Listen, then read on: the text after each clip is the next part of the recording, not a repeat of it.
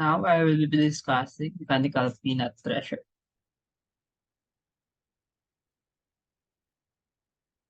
Mechanical peanut thresher, machine that detaches and separate of the pods from the peanut plant.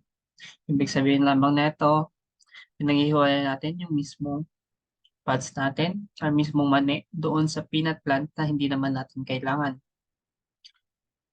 So ano nga ba yung mga types ng peeling method? Hold on type. From the word itself, hold on, hinahawakan natin manually or mechanically papunta doon sa threshing chamber natin at doon na magaganap yung operation.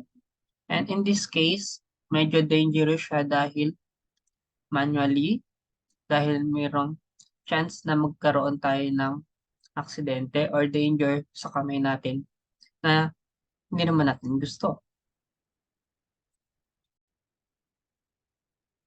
Throw-in type. This type of threshing machine. From the word itself ulit, throw-in. Tinatapon lang natin yung buong plants. Yung pods, yung peanut plants, pinapakain natin dun sa may feed board and then the operation will commence. And in this type of machine, tangentially or hindi na actually yung paggalaw ng threshing cylinder natin.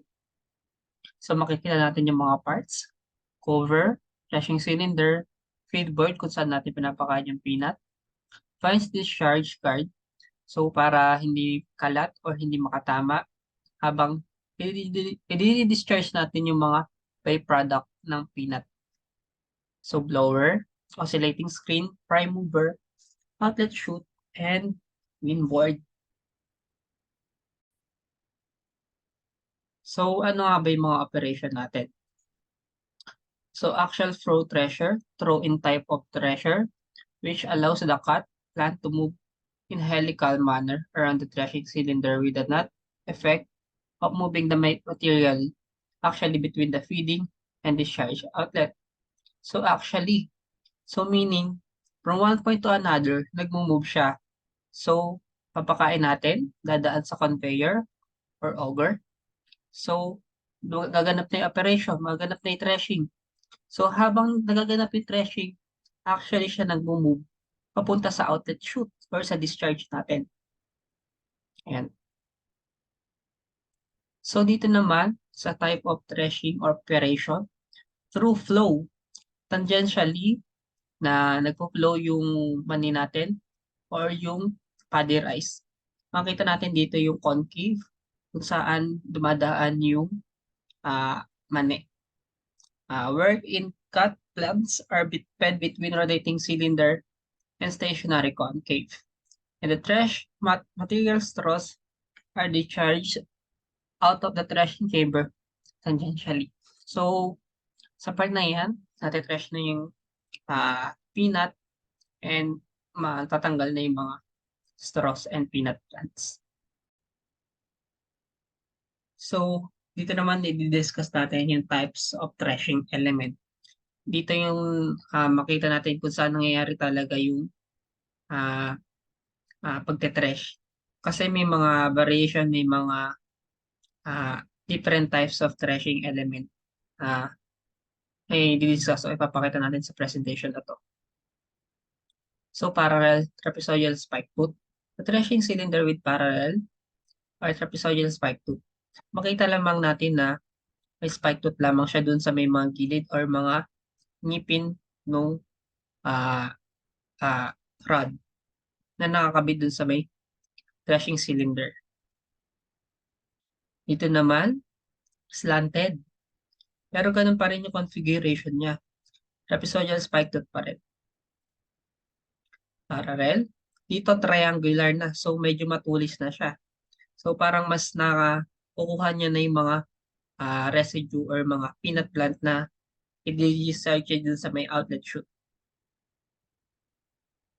Dito naman, wire loops. Parallel rods. And dito, wire net.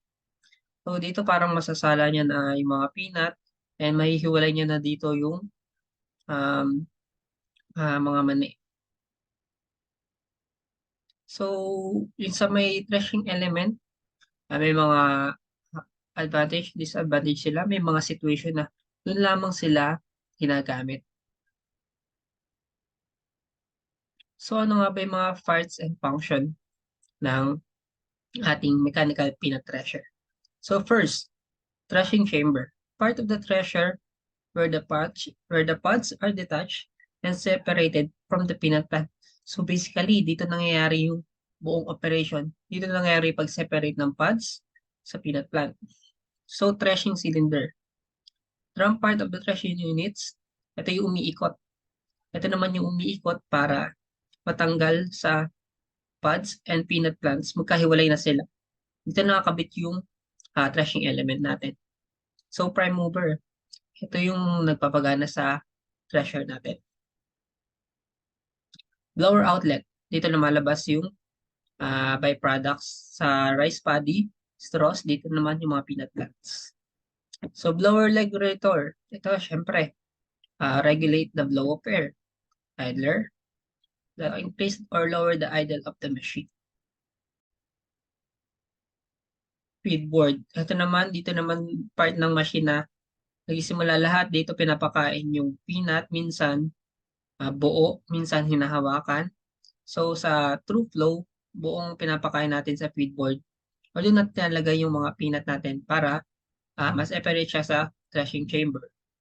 So windboard, the flow of air from blower will pass through this as well as the plain paddy seeds or uh, uh, peanut.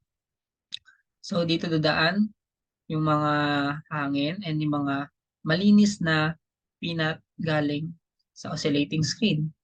So bago mapunta sa windboard, oscillating screen assembly muna. It serves as rice sieve or peanut sieve to make the fallen clean from the primary outlet.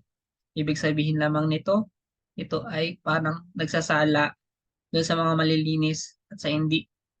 So pag nasala na siya, saan na siya mapupunta? Sa outlet chute. This is where things fall in or come out. The, the peanut or the clean peanut from the oscillating screen returning to the threshing drum rim until the desired threshing clean is obtained. So paulit-ulit lamang hanggang makuha natin yung desired na linis or gano ba siya or gano siya kalinis sa gusto natin. So here are the terms and definition na galing sa PAES. So papahapyawan lang natin sila. So ayan, blower loss ratio, clean trash pod, impurity na galing sa mga trash na natin. Concave clearance, yung space between cylinder threshing elements and concave component or concave grate natin. So cylinder length, kung gaano kahaba yung cylinder na nagamit natin. Or ito naman, cylinder peripheral speed. Sorry. So in this part, effective cylinder diameter, kung gaano nga ba kalaki or yung ano nga yung sukat ng cylinder natin. Overall height, overall length, overall width. So basically, ito yung geometry or dimension ng peanut thresher natin. So scattering loss, separation loss. Test applicant, sino nga ba yung mga pwede? Manufacturer, inventor, direct importer, or any legitimate distributor.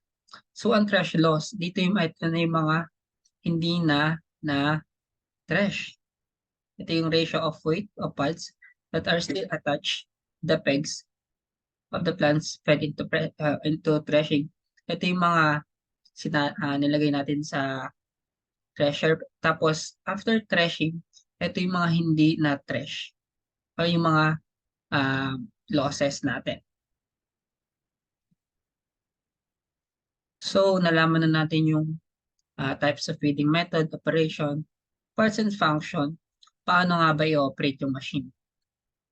Or may in this time presentation, mechanical peanut thresher. So first, start the engine. So the feed tray with the harvested crop or natin, peanut.